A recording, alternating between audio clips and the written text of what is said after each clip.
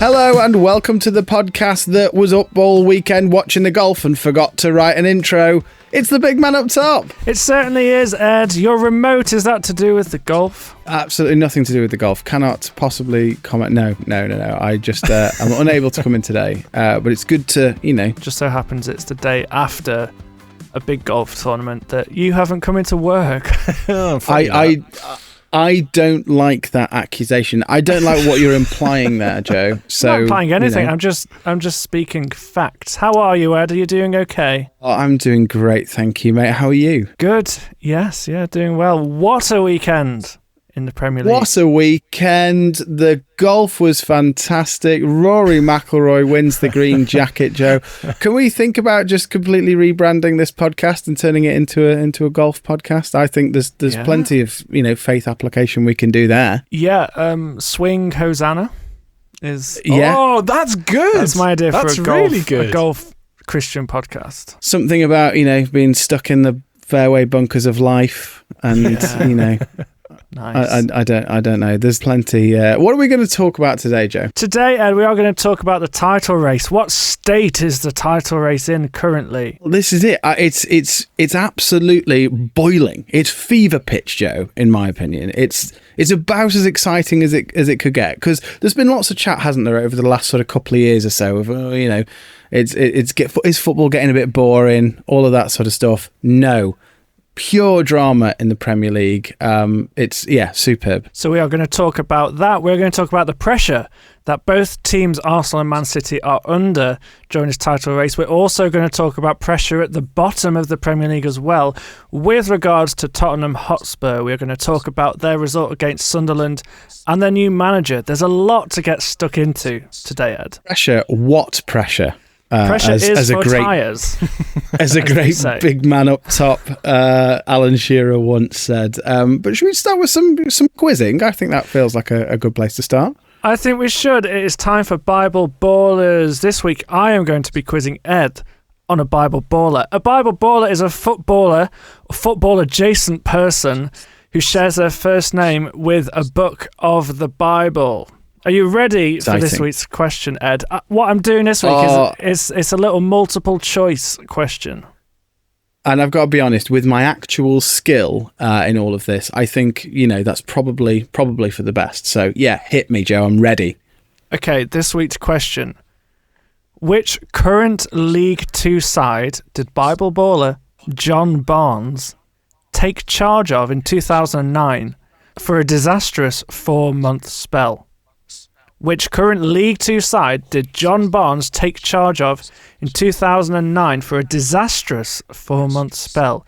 And your options are A, Shrewsbury Town, more like Lewsbury Town, am I right, Tom? Nice one, Joe. Up the Alex. B, Tranmere Rovers, C, Notts County, D, Oldham Athletic. I've got to be honest, I can't remember this thing, although it does sort of feel like a fairly regular situation, doesn't it? Big name, goes and manages a minnow club, and it all goes very wrong. So you'd think it would stick in my memory, but there's just been so many of them, Joe. So I don't know. I'll answer it later. I'll have a think about it, but it's going to be pure vibes. I feel like John Barnes doesn't. I mean, I don't remember him being a manager. I have a vague resemblance. Did he manage Jamaica at some point? I think he might have been drafted in as a bit of a hero in the past. But he's not known for much football action post playing, apart from, of course, rapping. Yeah, which is the most important thing. If you think about it, the joy he gave us with that wonderful song that everybody knows all the words to, but I now can't remember any. That's me saying, "Don't ask me to sing," Joe. I was going to. Look, he's given us so much. Joy of watching him on the wing, and joy of watching him do the sing. There you go. Well, that's lovely. It rhymes. It must be true. There's no better way to close off this section other than to say, Ed, I'm going to ask you for your answer later on in the episode.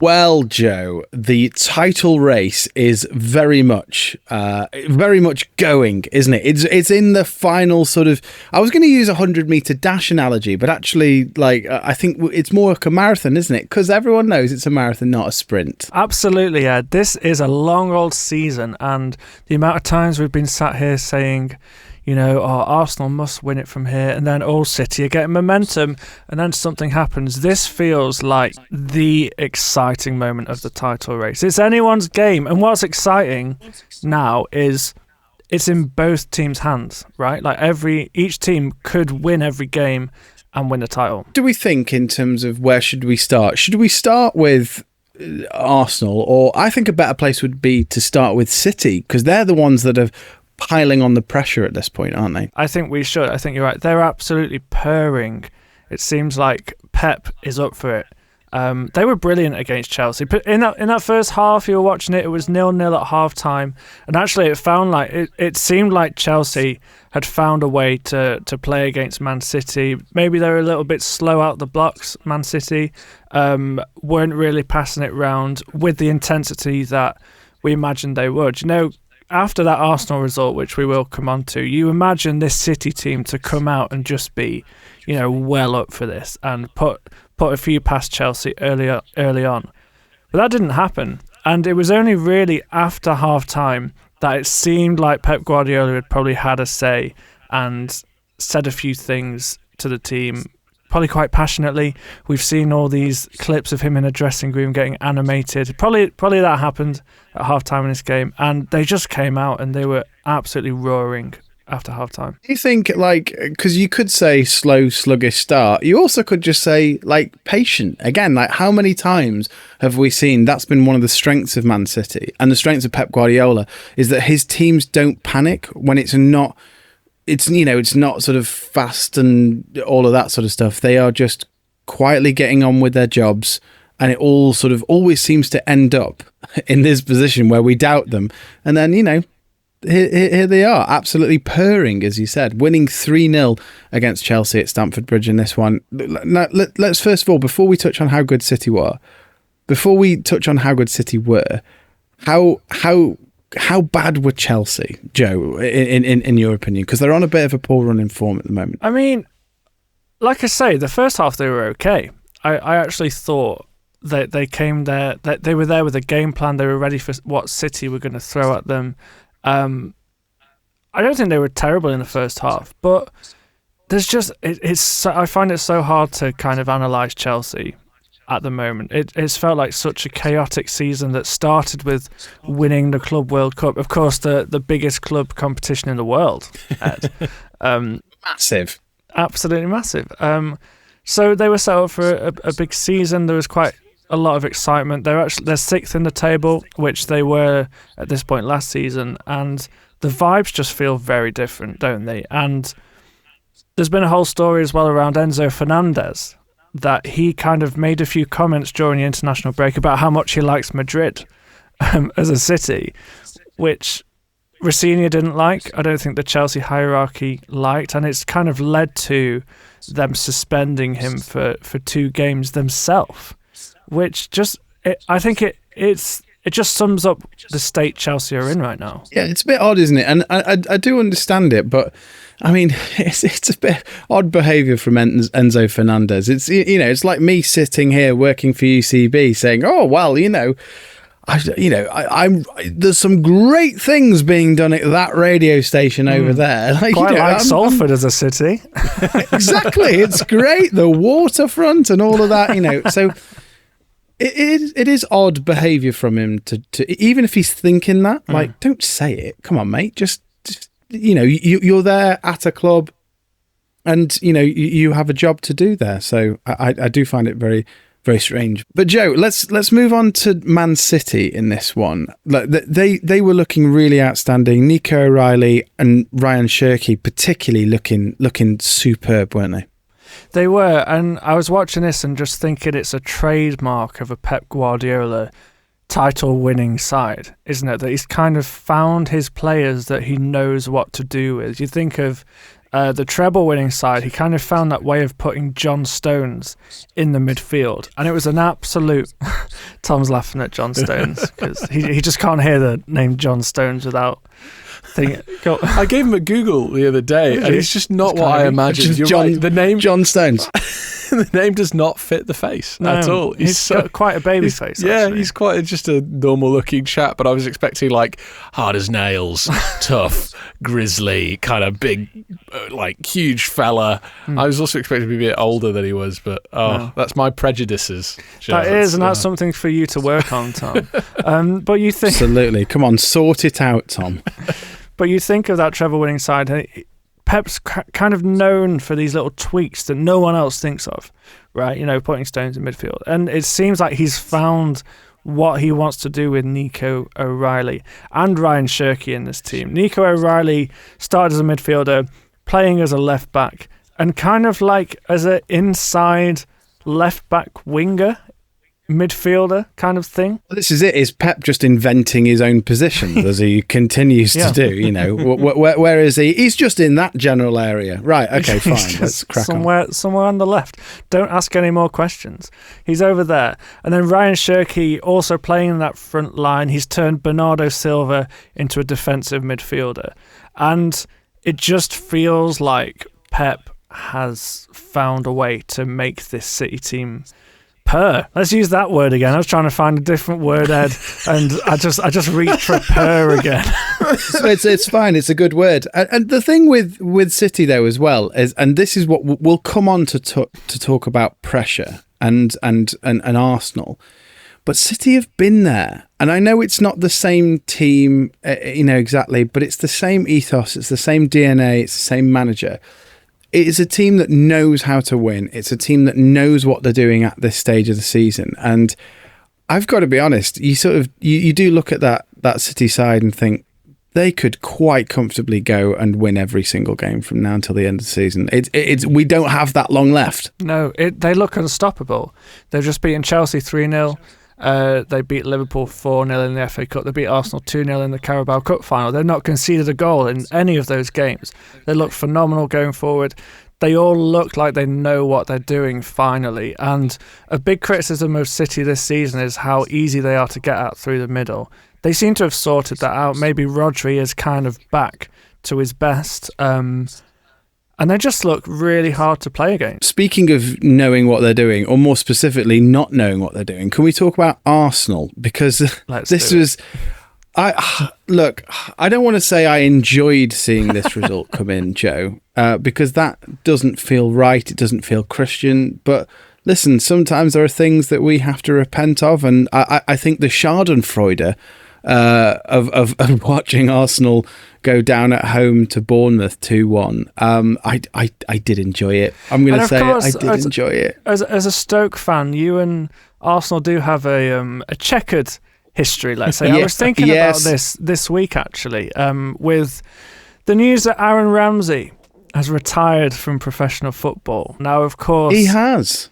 This is really sad news. Though I'd imagine as a Stoke fan, you are delighted by this news because famously, after Aaron Ramsey suffered a horrific broken leg at the Britannia, the next time he played at Stoke, he got booed because he broke his leg there. So I'd imagine you are absolutely delighted by this news because he is an awful person. No. I am not having this at all, Joe. No, Aaron Ramsey is not an awful person. Why did he get booed for breaking his leg, Ed?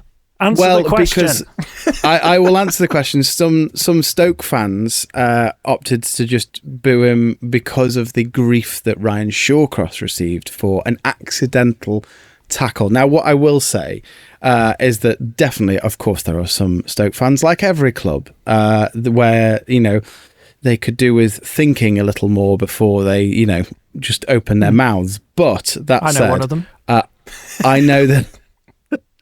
I know that Aaron Ramsey actually initially had a lot of warmth towards him from Stoke fans, from lots of Stoke fans. There was a banner that went up that basically wished him well and wished him a quick recovery because it was an accident, Joe. It was an accidental tackle that resulted in a leg break, and sadly, Stoke and their team and Tony Pulis and Ryan Shawcross in particular were demonised for the way we were playing.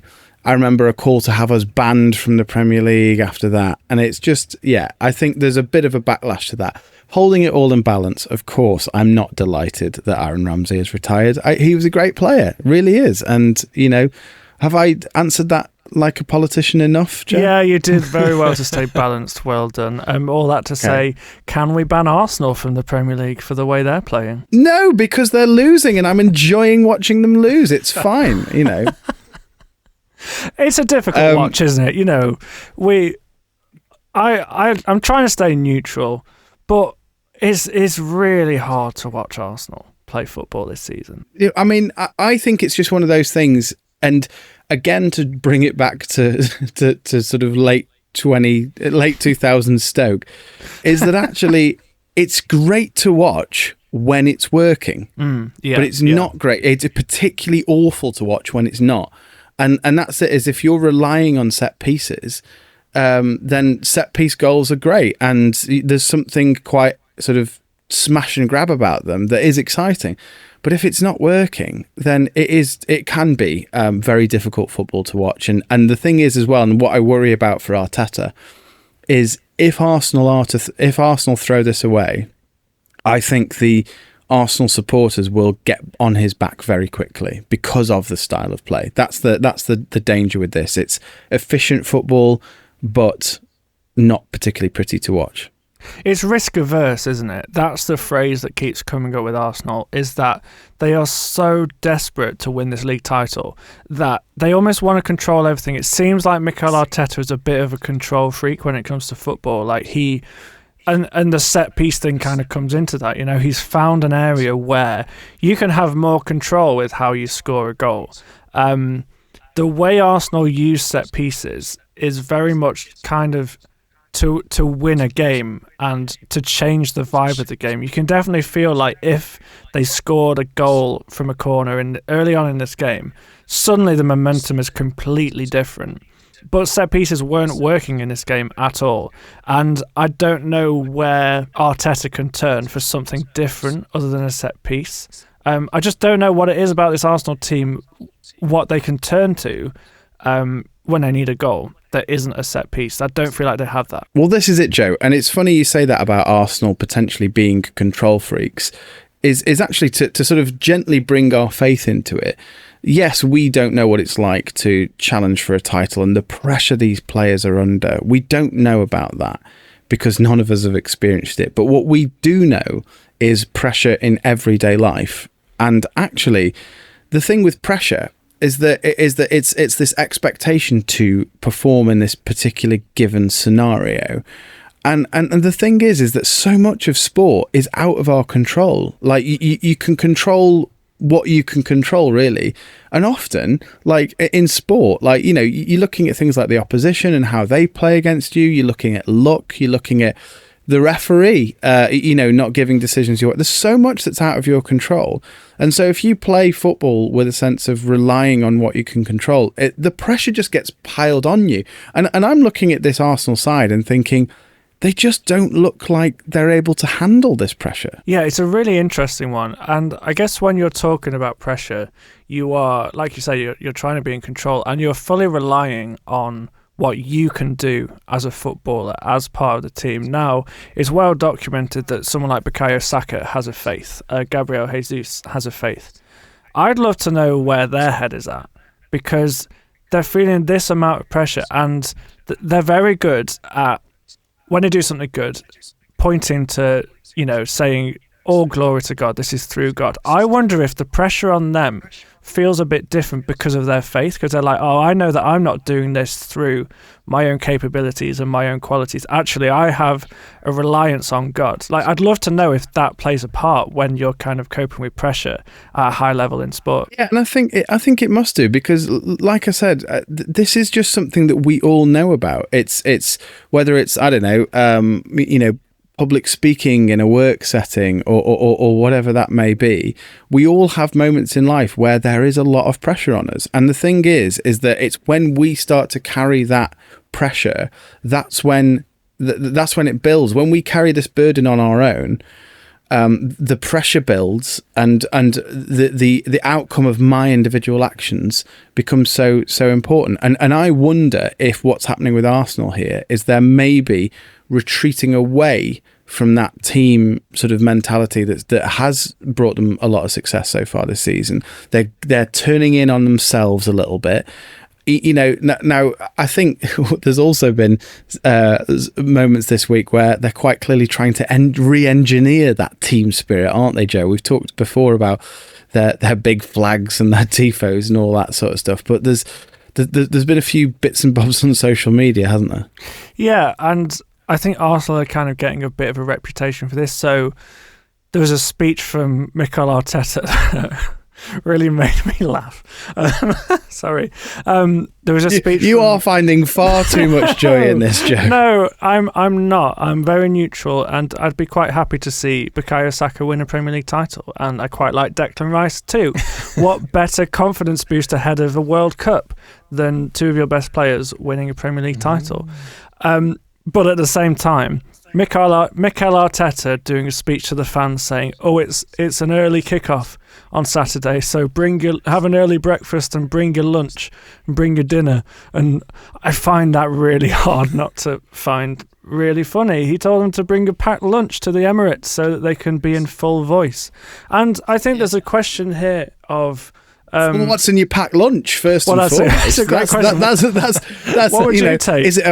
Is it a ploughman's? Have you got, it's all about the pork pie for me, Joe. If you're taking a packed lunch, you need an extra bit of excitement in there. Bring a pork pie along or a Scotch egg or something. I don't know if Arsenal feel very ploughman's or pork pie. I feel like they...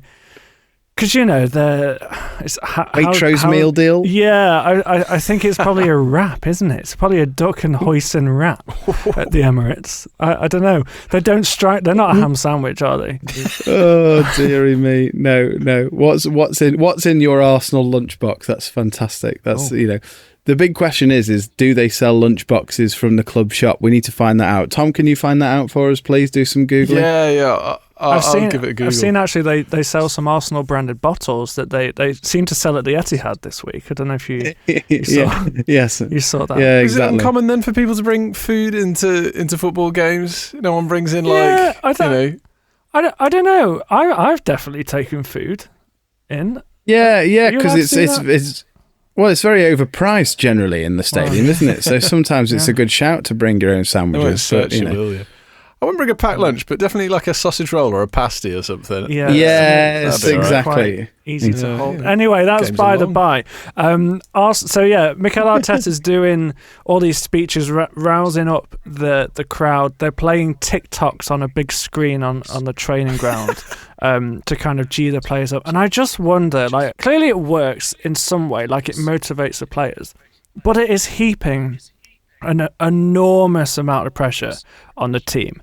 And I don't know, I think if I'm a fan, if I'm a player and my manager is saying this is a huge game, I am going to feel so nervous. If you walked into UCB one day, Ed, and your boss met you at the door and said, "Ed, today is a huge day. Do not mess this up." You would be...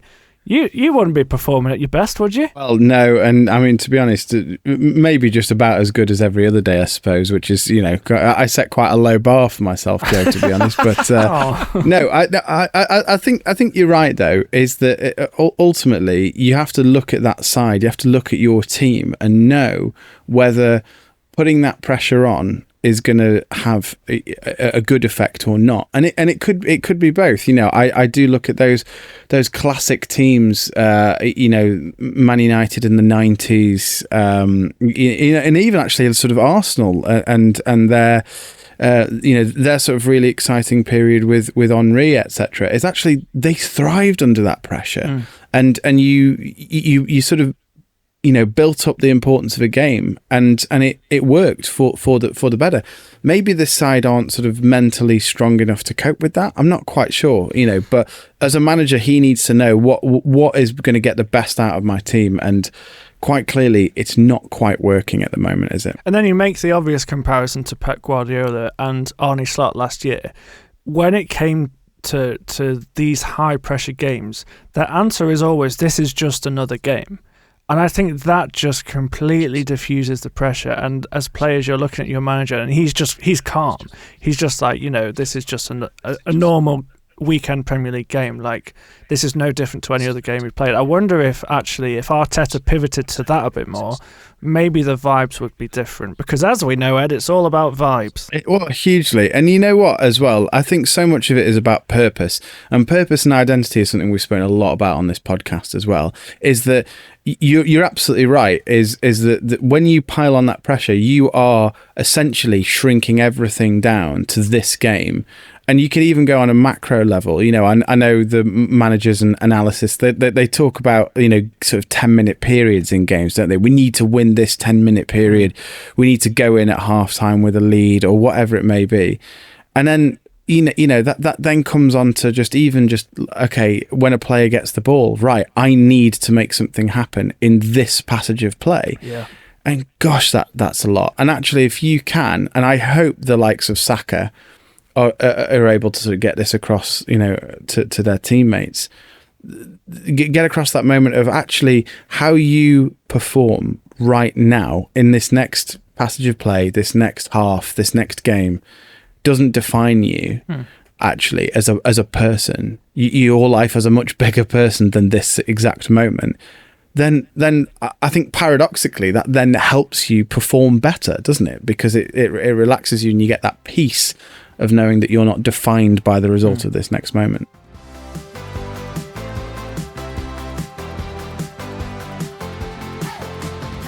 Another team that's under pressure, Joe, can we talk about the bottom of the table? Goodness me, Ed. Because if there's nothing more interesting for a neutral than seeing Arsenal lose, it's seeing Spurs lose and potentially get relegated. This is the first week that I'm kind of like, this is going to happen, like maybe because they are firmly in the relegation zone now. West Ham are looking positive. Forest are looking fairly positive. Good point against Villa this weekend. And Spurs just look so abject. And is it their third manager of the season? And just no plan at all. They don't look good. They don't look like they can score a goal. Well, we'll come on to talk about De Zerbi shortly, because there's an interesting discussion there as well. But I think there is something to say that, again, the pressure was piled on by West Ham getting that win against Wolves on Friday night. And all of a sudden, Spurs have got to win, otherwise they're in the relegation zone. And you know what, as well, West Ham are the kind of team that I think a year ago they lose this game against Wolves. Like they were talking about their situation in that stadium, where actually the London Stadium, it can get hostile there as well. Their fans very quick to turn on their own team if they don't like what they're seeing. And West Ham stepped up in that moment. Yes, they're playing Wolves, I get that, but they stepped up when they needed to, got a good win, put the pressure on Spurs, and Tottenham Hotspur have just not delivered. And again, we do have to say they've gone away to Sunderland, who've had a good season. But even so, Spurs have a squad that is good enough that they should be getting something from that game, in my opinion. That they shouldn't be losing that game, as particularly as showing such little creativity as they showed. Yeah, and I think Sunderland definitely had a point to prove here. They've not won, that they've lost their last 3 league home games, and they've become so known as being a team very hard to beat at the Stadium of Light. So they were up for this game. But even so, Spurs just didn't create anything. There's a real lack of creativity, particularly in that Tottenham midfield. They signed Conor Gallagher in January, who, on the face of it, probably quite a good signing. He gets around a lot. He's got a lot of energy. But they were really missing kind of a creative spark in midfield that someone like Xavi Simons should be able to bring. But he's just not. He doesn't seem to be in favour with any of Spurs managers over the last season. So I think it's quite a worrying time for Spurs. And obviously Spurs have just brought in a new manager in Roberto De Zerbi after Igor Tudor was relieved of his duties a couple of weeks ago. Now, Ed, this has been quite a controversial appointment at Spurs. De Zerbi, let's look at the footballing side first. It didn't end particularly well at Brighton, and he's kind of known for taking a while to get to know his players. I think he's not the warmest manager, so he needs to get to know his players.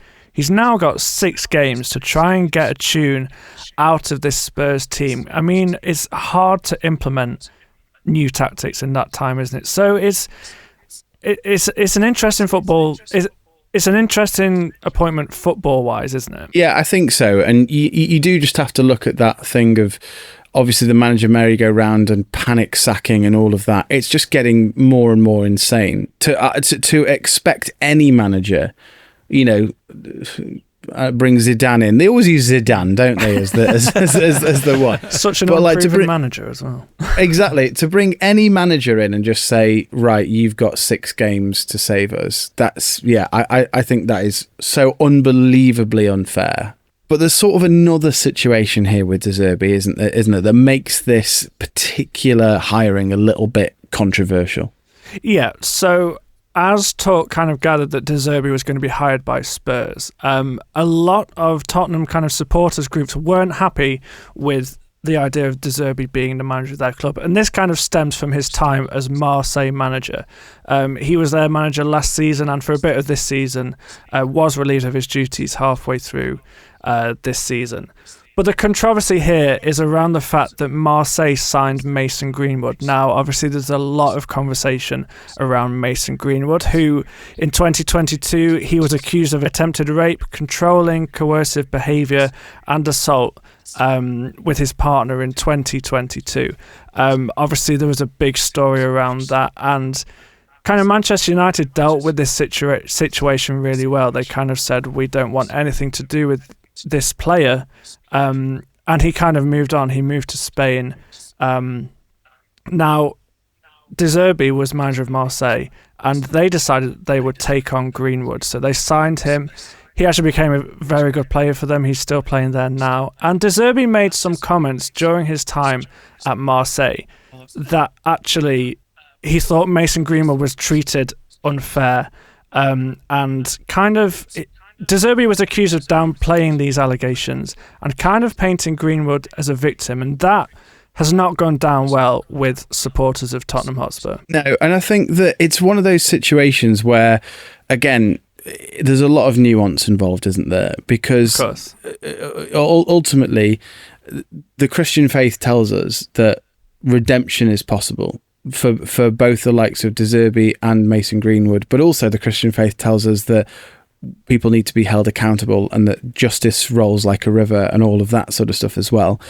So it's one of those situations where you are just thinking, gosh, how do we navigate this? And the answer is hopefully with patience, with grace. We always want to see redemption happen, and we always want to see people on the other side of issues to be repentant, to change as well.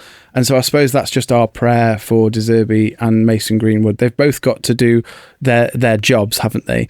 I think the good thing, if there is a kind of a silver lining in this story, is that this has been spoken about. This is being highlighted. So often in football, there can be issues. We spoke about it with the World Cup. There can be issues in football, but as soon as the football starts, those issues go away. And I think there was a real danger that Spurs fans are in such a dire situation in terms of football. There's a very high chance they'll get relegated this season. A manager like De Zerbi coming in is a very good thing. He's a very good football manager. And there could have been a tendency for Spurs fans to be like, oh, actually, because of the football, we want to survive here. We can kind of overlook this character issue, right? He made these comments. He has come out and apologised in a way. He's kind of said, I see how my comments could have been interpreted in a bad way. Kind of one of those apologies. But the fact that 3 separate Spurs supporters unions, the Tottenham Hotspur Supporters Trust, the Women of the Lane as well, and another one whose name I can't quite remember, have all come out and said we are not happy with this appointment. I feel really encouraged that this conversation is happening, despite the fact that Spurs are in dire need of a turnaround in football. Well, you're absolutely right, and that's the thing that we need to hold in tension, isn't it? Is that we need to be gracious and offer forgiveness, and yet also at the same time we do need to be holding people in our football clubs to a high standard of morals, of behaviour. And if that means, you know what, we're not going to go for this manager that might save us because, you know, we disagree with this action, I think that is, you know, that is a good, like you say, a good conversation to have, isn't it?